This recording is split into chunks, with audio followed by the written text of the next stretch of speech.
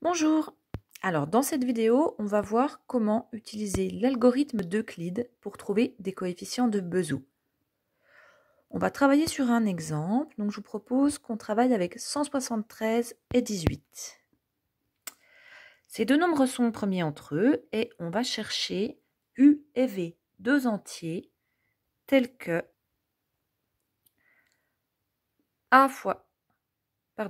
U fois 173 plus V fois 18 est égal à 1.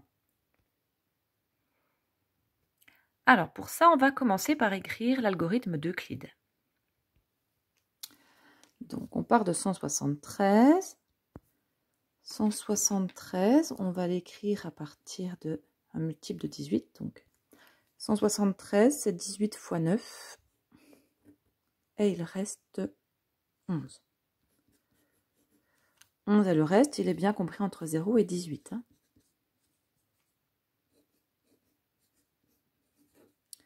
Ok, voilà notre première égalité, c'est la division euclidienne de 173 par 18. On continue, donc on va prendre 18, qui était notre diviseur, et on va écrire sa division euclidienne par 11, qui est notre reste. Donc 18, c'est 11 fois 1, plus un reste de 7.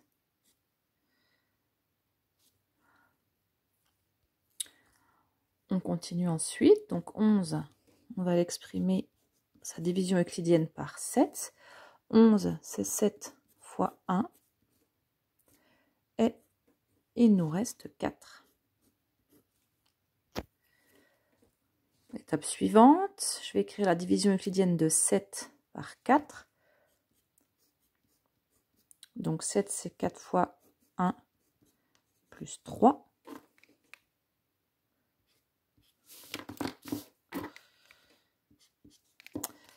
Étape suivante, division euclidienne de 4 par 3. 4, c'est 3 fois 1 plus 1.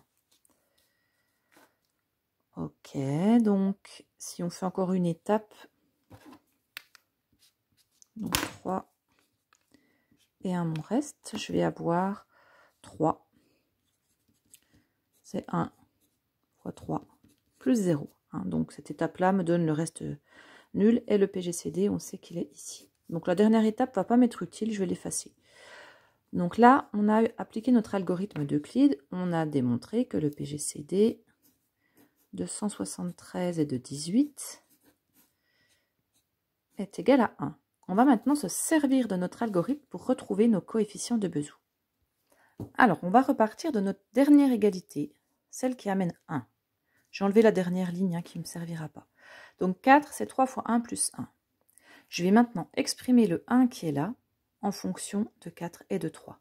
Donc je vais écrire que 1, c'est 4 moins 3 fois 1.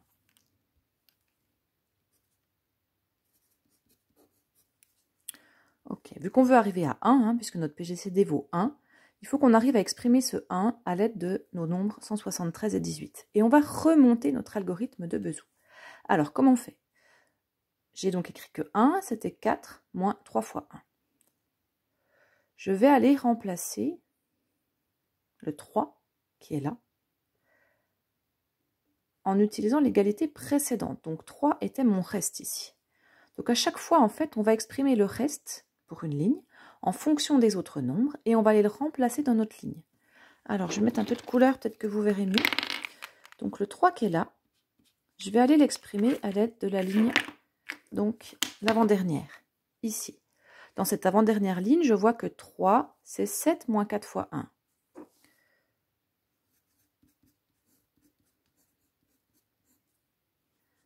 Ok. Et on va aller remplacer le 3 qui est ici.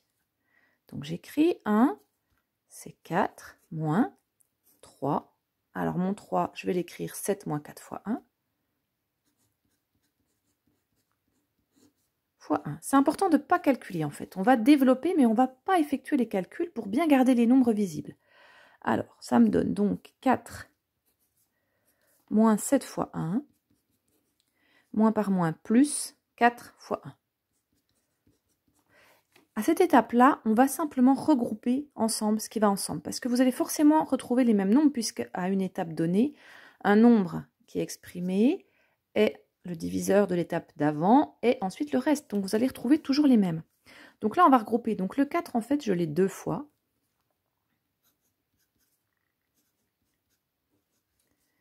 Et le 7, je l'ai 1 fois. Mais surtout, on n'effectue pas les calculs. On regroupe, mais on ne calcule pas. Alors, à cette étape-là, j'ai plus de 3, vous voyez, dans mon écriture. Mais j'ai 4 et j'ai 7. Alors, le 4, c'est mon reste précédent. Là, on a utilisé le 3. Je vais aller donc remplacer cette fois le 4 dans mon égalité par son écriture en fonction de 11 et de 7 que je vais obtenir à l'aide de cette ligne-là. 4, c'est 11 moins 7 fois 1. Je l'écris. Voilà, et cette égalité, je l'ai donc obtenue à partir de ce reste-là. Je vais aller remplacer mon 4 dans mon écriture ici. Il est là. Pardon. Donc, je remplace 4 par 11 moins 7 fois 1. Alors, on y va. 1, c'est... Alors, le 4, je l'écris 11 moins 7 fois 1. Je réécris le fois 2, moins 7 fois 1. Comme tout à l'heure, je vais développer et regrouper, mais je ne calcule pas. 1, c'est donc 11 fois 2, que j'obtiens ici, moins 7 fois 1 fois 2, moins 7 fois 2, moins 7 fois 1, j'ai pas touché. Voilà. Alors, je vais regrouper ce qui se regroupe, c'est-à-dire les 7. Donc, en fait, j'ai moins 7 fois 3. Donc, 1, c'est 11 2 fois, moins 7 fois 3.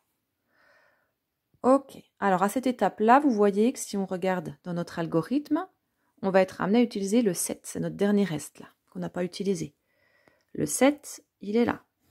Je vais pouvoir l'exprimer à l'aide de 18 et de 11. 7, c'est 18 moins 11 fois 1. Voilà, et je vais aller remplacer donc mon 7 dans mon égalité ici. Je ne touche pas au reste, je remplace. Donc 1, c'est 11 fois 2, moins 7, donc mettez bien les parenthèses, 18 moins 11 fois 1, fois 3. On développe et on regroupe.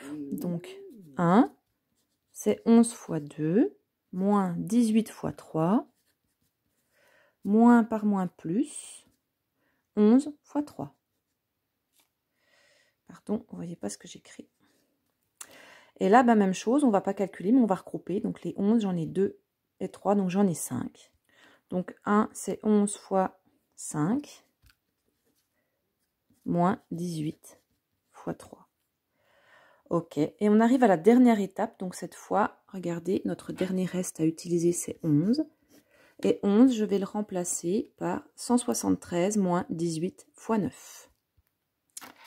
Voilà, donc qui vient de notre égalité de l'algorithme d'Euclide ici.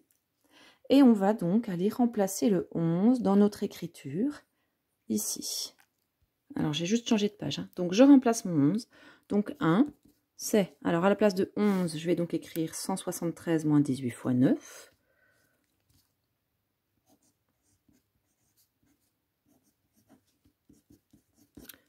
Donc, tout ça fois 5, puisque c'est ce que j'avais, moins 18 fois 3. Comme aux étapes précédentes, je développe, je regroupe, mais je ne calcule pas. Donc, 173 fois 5, moins 18 fois 9 fois 5, donc 18 fois 9 fois 5, 45, moins 18 fois 3. J'ai pas fait d'erreur de signe, non, c'est bon. Et puis je regroupe, donc je vais avoir 173 fois 5, moins 18 fois 48 en regroupant 45 et 3. Voilà, eh bien on a trouvé un U et un V qui conviennent, puisque si on prend U égale 5 et V égale à moins 48, eh bien on a bien écrit une combinaison linéaire de 173 et de 18 qui amène à 1. Je peux l'écrire comme ça. Et j'ai donc trouvé un U et un V qui conviennent. Alors, ils ne sont pas uniques, hein, mais cette méthode-là de l'algorithme, elle permet d'en trouver une de combinaison. Voilà, c'est fini pour cette vidéo.